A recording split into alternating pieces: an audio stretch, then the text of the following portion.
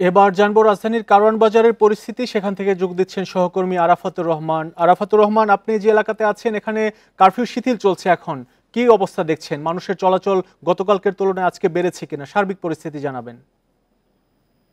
জি, গতকালকে শুক্রবার হওয়ার কারণে চলাচল একটু কম ছিল। আজকে শনিবারে এইখানে একটু চলাচল বেড়েছে। আপনি জানেন যে কারওয়ান বাজারে পাইকারি কাঁচা কাঁচা বাজার বা পাইকারি বাজার হওয়ার কারণে এখানে সবসময় একটি চাপ থাকে। তার চেয়ে সেই চাপের সাথে আরো দুটি চাপ যোগ হয়, যেহেতু মেট্রো রেল বন্ধ রয়েছে।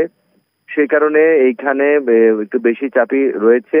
আমরা গণপরিবহন দেখতে পাচ্ছি গতকালকের তুলনায় গণপরিবহনের সংখ্যা বেড়েছে।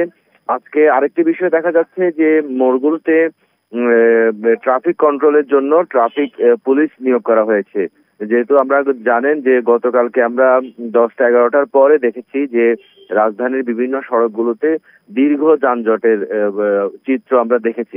সেই হিসেবে আজকে আমরা কারওয়ান বাজার, সাত রাস্তায় এই রাস্তাগুলোতে দেখেছি, সাত রাস্তার মোড় কারওয়ান বাজারে দেখেছি যে ট্রাফিক পুলিশের পুরো টিম, অর্থাৎ কারওয়ান বাজারে যে ট্রাফিক পুলিশ স্বাভাবিক সময় কাজ করেন সেই ট্রাফিক পুলিশরা এখনো কাজ করছেন। এবং আমরা দেখছি যে ওই গণপরিবহন এবং ব্যক্তিগত গাড়ির সংখ্যা আগের চেয়ে বেড়েছে। এবং যে ভাড়ায় চালিত সিএনজি এবং মোটরসাইকেলের সংখ্যা আমরা দেখতে পাচ্ছি। এবং আপনি জানেন যে এই একটু পরে, অর্থাৎ এখন 11টা বা 12টার সময় এটি আরো বাড়বে বলে আমরা মনে করছি। তবে এখনো পর্যন্ত রাজধানীতে যে গত সপ্তাহে যে সহিংসতা, এরকম সহিংসতার কোনো খবর আর আসেনি। মোটামুটি স্বাভাবিক জীবনযাপন চলছে রাজধানী জুড়ে।